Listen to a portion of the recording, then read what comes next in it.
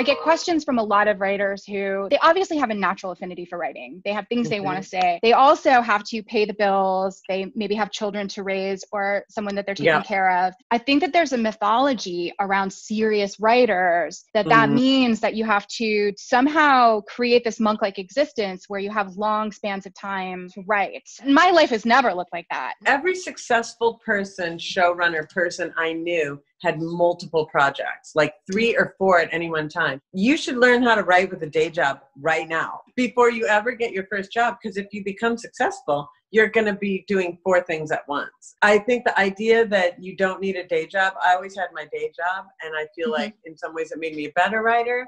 And it's more like the realities of being a successful television writer is that you have a day job while you're doing your other stuff.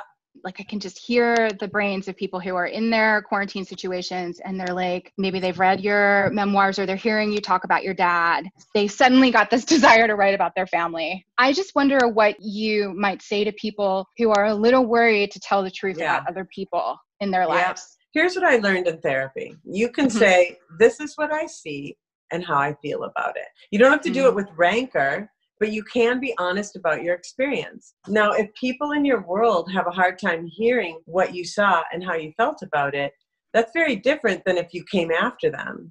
You get to say what you mean and mean what you say, but don't say it mean. I feel like, you have to develop a lot of detachment from other people's judgment in order to be able to write on every level, whether those are people in the audience or people in the business or people in your family. I'm not going to give too many identifying details about somebody either. I mean, the good thing about having a criminal dad who's like a drug dealer and a pimp, he doesn't care because there's no reputation to save.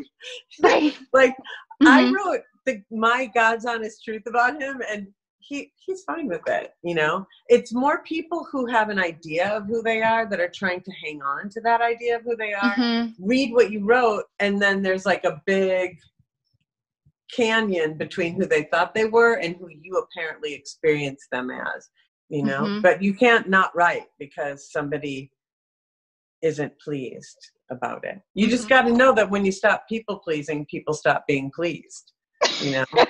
Yeah, there's that.